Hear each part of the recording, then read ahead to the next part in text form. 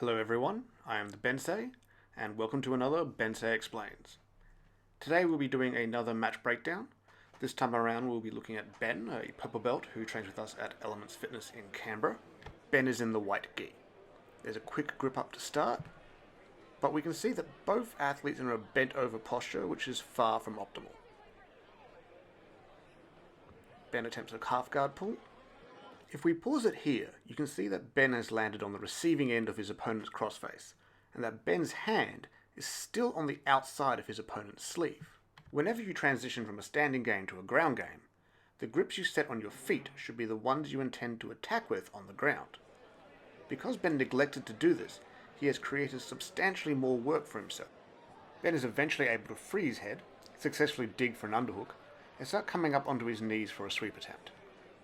However, Benn is neither controlling the far leg a la Gordo Carrera, nor is he curling his opponent's leg behind him to redirect the spine a la Lucas Lepre. This leaves his opponent in a pretty good position to resist the initial sweep.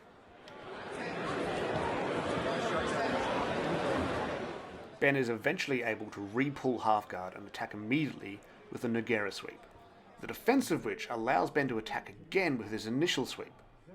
This time he is successful and moves directly into a nice pass. Unfortunately it went off the mat, so it'll be 2 points and a restart.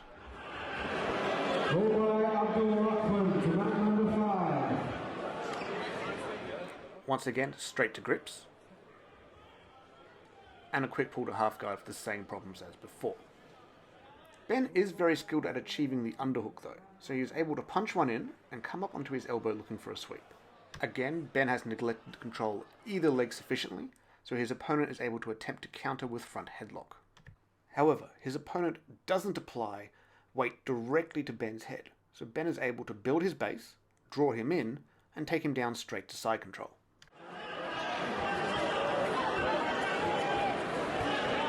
Upon landing, Benn makes excellent use of the leg drag position to fully turn his opponent's hips away from him, allowing Benn to establish a solid pin with relative ease.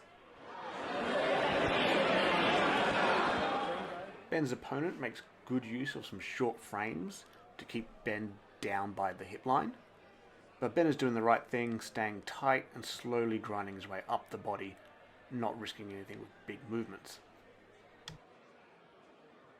At this point, Benn begins to set up a lapel choke, but his opponent makes an escape attempt, forcing Benn to ditch his attack in order to maintain control. Which he does and wastes no time going back to that same attack. Benn is looking to feed his far lapel to his cross-facing hand in order to set up what we call a dragon's tail choke. What Benn is now going to attempt to do is turn his body 90 degrees so he is facing his opponent's legs, and place his head on the mat where his right hand currently is. As he does this, he'll be straightening his left arm and piking his butt into the air in order to apply pressure to the strangle. He's got his position, and there's the tap. That was an excellent performance by Benn, and based on that match, I would like him to work on 2 key things. The first is to develop a grip fighting sequence that will enable him to safely and aggressively pull half guard. Ideally, he'll develop a takedown out of that same sequence. The second is to really tighten up his half guard game to take it from good to great. In particular, learning how to use his legs to redirect his opponent's spine. Big thank you to Benn for sending his video in and letting me break it down. If you think I missed something, please let me know in the comments. And if you enjoyed this episode of Bensei Explains, please like, share, and subscribe.